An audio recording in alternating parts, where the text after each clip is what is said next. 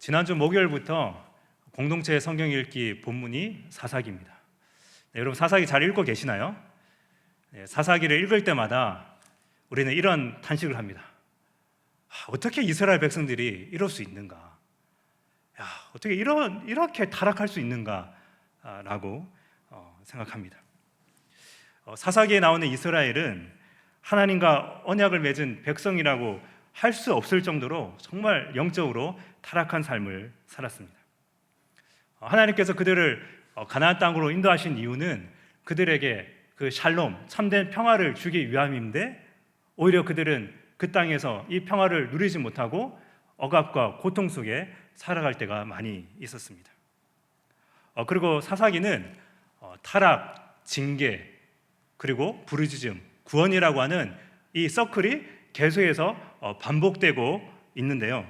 근데 이제 이 서클이 원이 아니라 나선형으로 하얀 곡선을 그립니다. 이게 어떤 의미냐면 시간이 지나면 지날수록 그들이 하나님과 점점 더 멀어진다는 것입니다. 그래서 나중에는요 하나님께 부르짖지도 않습니다. 그리고 하나님께서 세우신 사사가 이상합니다. 비정상입니다. 여러분 저희들 삼손 계속 읽고 있지 않습니까? 네, 그러니까 삼손이 무슨 사사입니까? 네, 그러니까 그런 비정상적인 사사까지 등장하게 됩니다. 오늘 본문 앞달라까지 이런 이 사이클이 3번 반복됐는데요. 이스라엘 백성들이 하나님을 버리고 악을 행합니다. 하나님은 그런 이스라엘을 징벌하기 위해서 그 징계를 내리시기 위해서 메소포타미아 왕 구산 리사다임을 통해서 벌하십니다. 그 이방 나라로부터 고통을 당하니까 다시 그들이 하나님께 부르짖습니다. 그러자 하나님이 그들을 구원을 하시기 위해 온니엘이라고 하는 사람을 사사로 세우셔서 구원을 하십니다. 그래서 이 온니엘이 사사로 있는 동안 그들은 평화를 얻게 됩니다. 근데 또 사이클이 또 돌죠. 또 시간이 지나자 이스라엘은 또 악을 행합니다. 이번에는 하나님께서 모압을 통해서 그들을 징계하십니다. 또 이스라엘 백성들은 고통을 당하니까 하나님께 부르짖습니다. 그러자 하나님이 이번에는 왼손잡이 에훗을 사사로 세우시고 이스라엘 백성들을 구원하십니다. 이 에훗이 살아있는 동안 그들은 평화를 누렸는데 근데 그가 죽자 또다시 이스라엘 백성들은 하나님께 악을 행합니다. 이번에는 하나님께서 하솔 왕 야빈을 통해서 이스라엘을 징벌하십니다. 그리고 다시 이스라엘 백성이 부르짖자 여선지 드보라를 사사로 세우셔서 그들을 구원합니다. 바로 이 드보라가 그 하나님의 구원을 찬양하는 노래가 사사기 5장 말씀입니다. 이 여선지 드보라가 40년 동안 사사로 있는 동안 이스라엘은 평화를 누렸습니다. 그러나 이 평화는 또 계속되지 않았습니다. 1절입니다. 이스라엘 자손이 또 여호와의 목전에 악을 행하였으므로 여호와께서 7년 동안 그들을 미디안의 손에 넘겨주시니. 또 여호와의 목전에 악을 행하였으므로 이스라엘 백성들이 또 하나님께 악을 행하였습니다. 하나님 앞에 행한 그 악이 무엇입니까? 하나님을 버리고 가나안 신들을 섬기는 그 악을 행했습니다. 하나님이 이번에는 그 당시 그 사막 지역에 살고 있던 이 미디안 족속을 사용하셔서 이스라엘 백성들을 징계하십니다. 근데 이 미디안 족속이 굉장히 이스라엘을 끔찍하게 괴롭힙니다. 어떻게 괴롭히냐면 3절과 4절에 이렇게 되어 있습니다. 이스라엘이 파종한 때면 미디안과 아말렉과 동방 사람들이 치러 올라와서 진을 치고 가사에 이르도록 토지 소산을 멸하여 이스라엘 가운데 먹을 것을 남겨두지 아니하며 양이나 소나 나귀도 남기지 아니하니. 보통 강한 나라가 약한 나라를 이렇게 공격하고 착취할 때는 때로는 이제 조공을 요구하든지 아니면 가끔씩 이제 쳐들어와서 재산을 빼앗거나 그리고 포로를 잡아갑니다. 근데 이 미디안과 아말렉은 한두 번의 공격으로 약탈하는 것이 아니라 이스라엘이 곡식을 뿌릴 때가 되면 그때 이제 사람들이 이제 이스라엘 땅에 다 들어와 가지고 텐트를 치고 진을 치고 그러니까 이스라엘에 사는 것입니다. 언제까지요? 추수할 때까지. 이렇게 살면서 그 추수한 곡식들 그리고 그 모든 그 동물들을 그들이 키운 그 모든 그 동물들을 싹 약탈해서 다시 자기 나라로 돌아갑니다.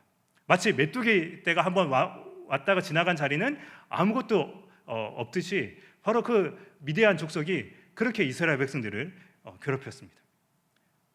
이스라엘 백성들은 그들의 그 공격으로부터 살아남기 위해서 산으로 도망가서 자신들을 위해서 굴이나 산성을 만들었다고 하고 있습니다. 이렇게 고통에 시달리다가 이스라엘 백성들은 결국 하나님께 부르짖었습니다. 6절입니다.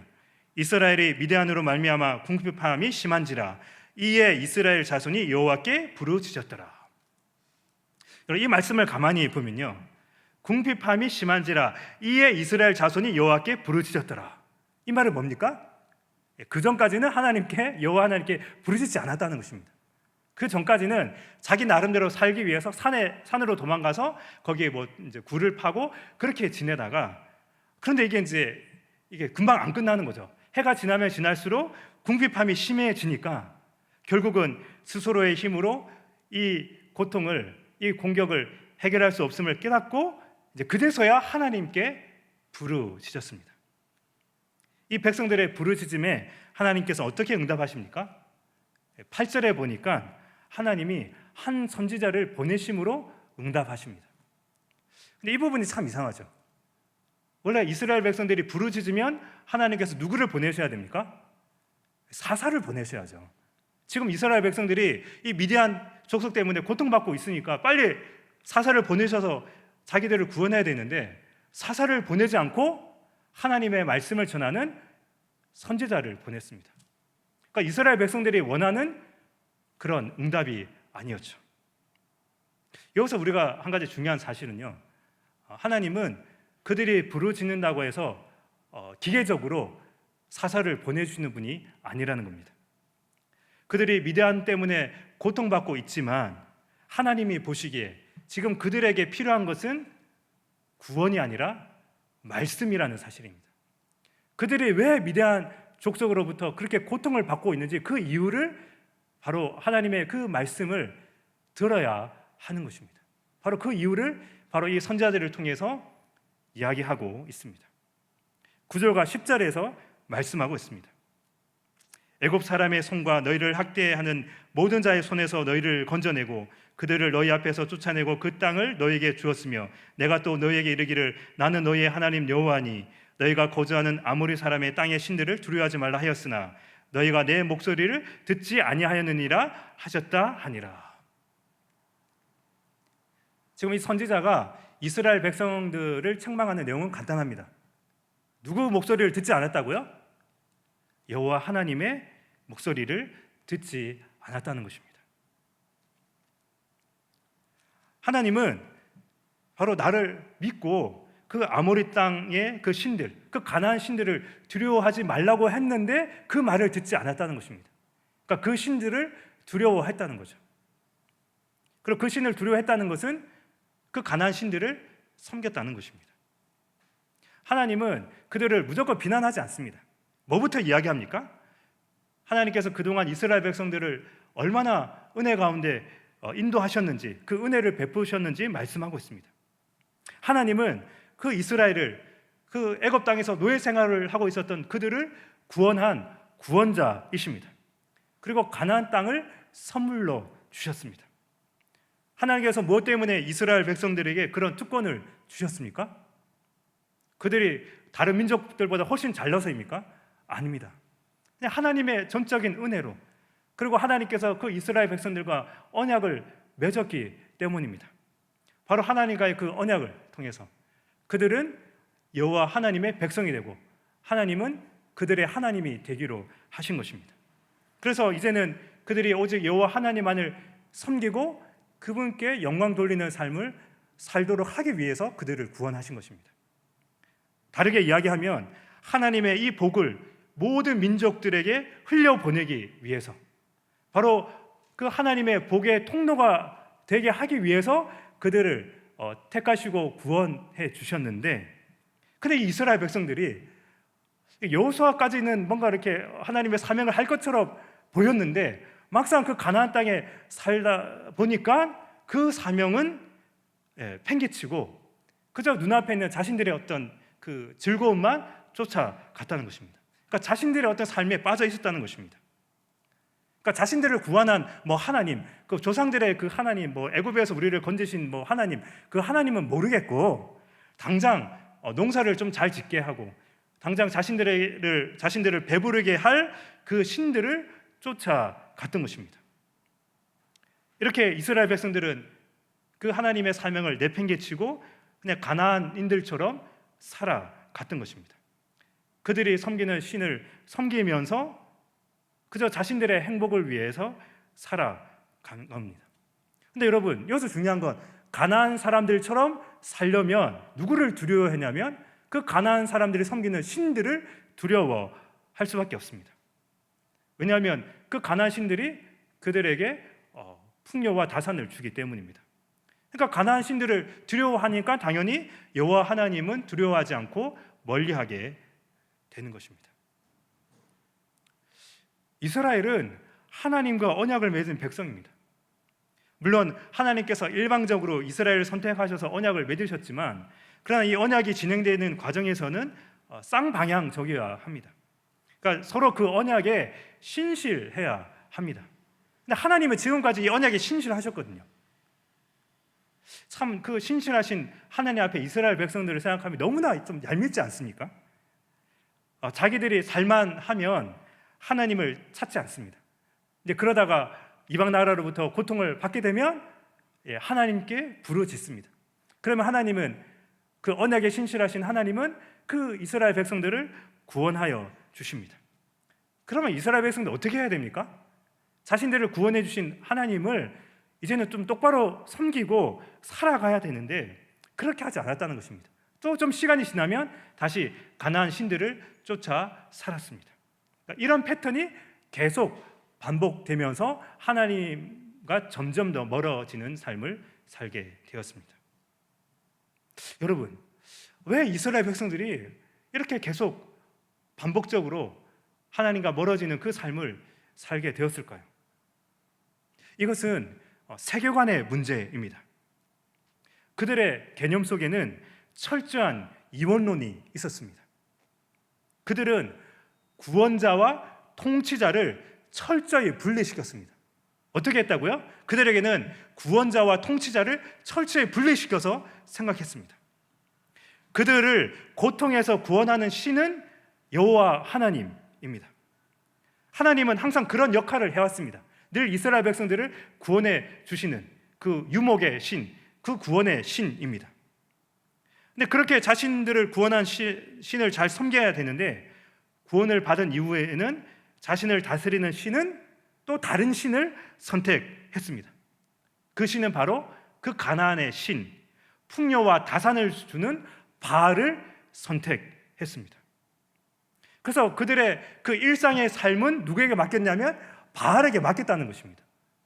그러니까 농사를 짓기 위해서 이 농사에 관련된 문제를 바알에게 맡겼습니다. 그러니까 경제적인 문제는 바알에게 맡기고요. 또 자녀를 낳는 문제, 그 당시에는 자녀를 낳는 게 너무 중요하지 않습니까? 자녀 문제도 바알에게 맡겼다는 것입니다. 그렇게 자신들의 삶을 그 바알 신이 통치하도록 했습니다. 그러니까 구원자와 통치자가 분리되었다는 것이 어떤 의미인지 아시겠죠? 그들에게 있어서 가나안 땅에서의 통치자는 여호와 하나님이 아니라 가나안 신 바알이었습니다.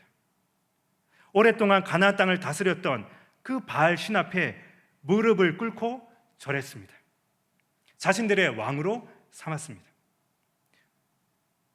그렇게 해야 그들이 가나안 땅에서 농사도 잘 짓고 또 자녀를 많이 낳는다고 그렇게 믿었던 것입니다. 하나님은 사실 이스라엘 백성들이 그렇게 할 걸 알고 미리 모세를 통해서 계속 이런 말씀을 했습니다. 어떤 말씀을 했냐면요, 야 너희들아 잘 들어봐. 너희 후손들에게 꼭 전해. 그 너희들을 애굽에서 구원한 나 여호와는 가나안 땅에 들어가서도 너희들의 하나님이 될 거야. 내가 이른 비와 늦은 비를 주는 존재야. 너희들에게 젖과 꿀이 흐르는 땅을 주는 존재야. 가나안 신들에게 절하지 마. 그 신들을 두려워하지 마. 그들을 섬기지 않아도, 바알을 섬기지 않아도 너희들이 그 땅에서 농사 잘 짓고 자녀를 많이 낳고 그렇게 잘 살 수 있어. 오직 나의 말에 청종하면 너희들은 그 땅에서 복을 받게 될 거야. 그리고 이런 내용을 계속 신명기에서 그렇게 계속 말씀을 하신 것입니다. 너희들을 구원한 하나님이 가나안 땅에서도 너희들의 통치자가 될 거야. 너희들의 왕이 될 거야라고 말씀하셨습니다. 근데 이스라엘 백성들은 구원자와 통치자를 분리해서 생각했습니다. 구원자는 여호와 하나님, 통치자는 가나안 신 바알을 선택했습니다. 그래서 구원이 필요할 때는 여호와 하나님께 부르짖고, 그리고 평상시 풍요와 다산이 필요할 때는 가나안 신 바알을 섬겼습니다. 한마디로 그들은 선택적 신앙인들이었습니다. 근데 여러분, 이걸 가만히 생각해 보면 이스라엘 백성들 입장에서는 어떻게 보면 참 지혜로운 신앙입니다. 여러분, 그렇지 않습니까? 얼마나 든든합니까? 한쪽에는 자신들을 늘 구원해 주시는 그 조상들의 신 여호와가 딱 있습니다. 그리고 또 이쪽에는 그들의 일상의 삶을 풍요롭게 해주는 그 풍요와 다산의 신 바알이 딱 있습니다. 그래서 여러분, 필요에 따라서 두 신을 여러분 선택하면 됩니다. 필요에 따라서 이 두 신을 이렇게 잘 조절해가지고 잘 섬기면 그렇게 되는 겁니다. 이게 굉장히 지혜로운 신앙의 모습 아닙니까? 여러분, 구원자와 통치자를 선택적으로 믿는 이 이원론적인 신앙의 모습은 우리에게도 있습니다. 여러분, 우리 중에 예수님께서 나의 죄를 대신 지시고 십자가에 달려 죽으시고 나를 구원하셨다, 이것을 안 믿는 사람이 어디 있습니까? 이 기도에 참여한 모든 분들은 바로 예수님이 나를 구원해 주셨다는 것을 다 믿습니다. 그 은혜에 우리는 감사하며 살아갑니다. 그런데 여러분, 그 구원자 하나님께서 오늘 우리의 일상에서 통치자가 되어 주기는, 때로는 그 통치자 하나님은 좀 원하지 않을 때도 있다는 것입니다. 하나님께서 나를 구원해 주셨지만 이 땅에서의 삶은 하나님이 아닌 다른 것을 더 의지할 때가 있다는 것입니다. 나의 노후는 하나님이 아니라 성공적인 재테크가 보장해 준다고 생각하는 것입니다. 나의 자녀의 미래는 하나님이 아니라 성공적인 대학 진학과 커리어 쌓기라고 생각합니다. 물론 여러분, 말은 그렇게 하지 않습니다. 또 이런 생각을 한다고도 또 내가 이런 생각을 하나 생각하지 않을 수도 있습니다.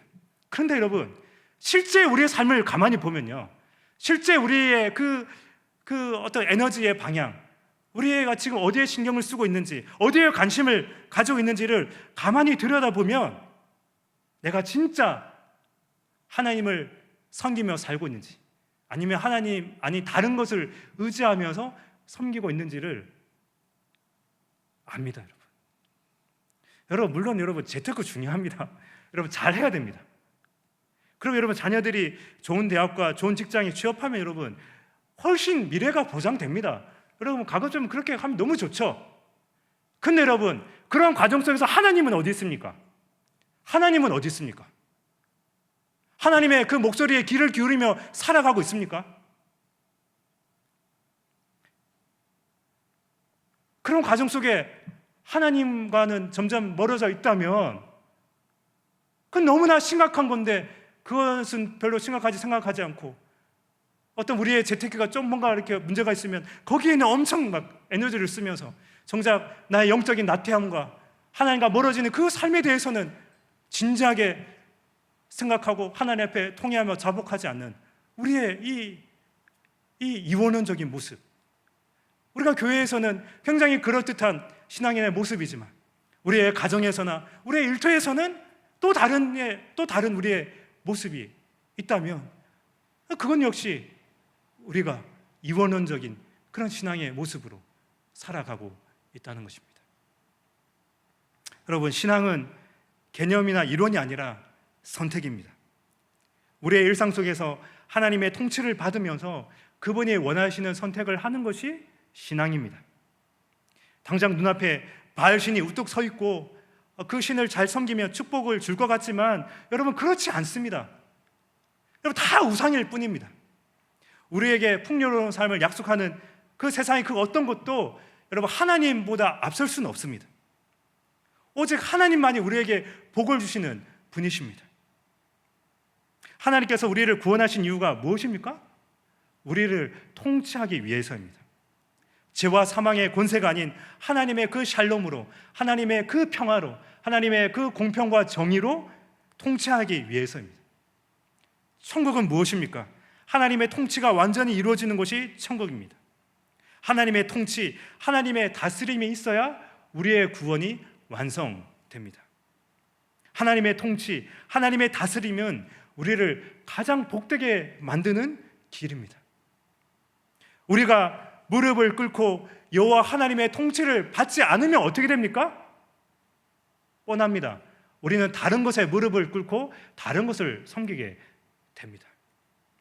세속적인 그 가치관들에게 통치를 받게 되고 결국 하나님으로부터 멀어지게 됩니다. 여호와 하나님만을 두려워해야 다른 것들이 두렵지 않습니다. 여러분, 때로는 우리의 상황들이 우리를 두렵게 만들 때가 있습니다. 그때마다 우리가 의지해야 될 부분은 여호와 하나님이십니다. 하나님을 의지해야 합니다. 하나님께서 주시는 그 샬롬으로, 그 평강으로 두려움을 극복해야 합니다. 우리를 구원해 주신 하나님께서 우리를 다스려야 합니다. 그렇다면 그 다스림은 무엇입니까? 바로 하나님의 말씀에 대한 기억과 순종입니다. 눈에 보이지 않는 하나님은 우리에게 말씀을 주셨습니다. 그 말씀을 기억하고 순종하는 것이 하나님을 기억하고 순종하는 것입니다. 여러분, 때로는 이 세상을 가나안 신 바알이 다스리는 것처럼 보일 때가 있습니다. 이 세상의 신들, 세상의 가치관들이 우리에게 풍요를 줄 거라고 유혹합니다. 그러나 여러분, 그런 유혹에 넘어가지 마시길 바랍니다. 그런 유혹을 과감히 뿌리치시길 바랍니다. 이 세상은 여전히 여호와 하나님께서 다스리고 계십니다. 그분이 우리의 풍요를 약속하셨습니다. 우리의 구원자 되신 하나님을 각자의 일상 속에서 통치자가 되도록 살아가시길 바랍니다. 그리고 하나님의 말씀을 기억하면서 그 말씀이 우리의 삶을 이끌도록 우리는 계속 발버둥 쳐야만 하는 것입니다. 제가 10절 말씀을 한 번 더 읽고 말씀을 마치겠습니다. 내가 또 너희에게 이르기를 나는 너희의 하나님 여호와니 너희가 거주하는 아모리 사람의 땅의 신들을 두려워하지 말라 하였으나 너희가 내 목소리를 듣지 아니하였느니라 하셨다 하니라. 여호와 하나님이 우리의 구원자시고 통치자이십니다. 오직 하나님만을 두려워하고 이 세상을 두려워하지 않는 하나님의 거룩한 백성으로 살아가시길 주님의 이름으로 축원합니다.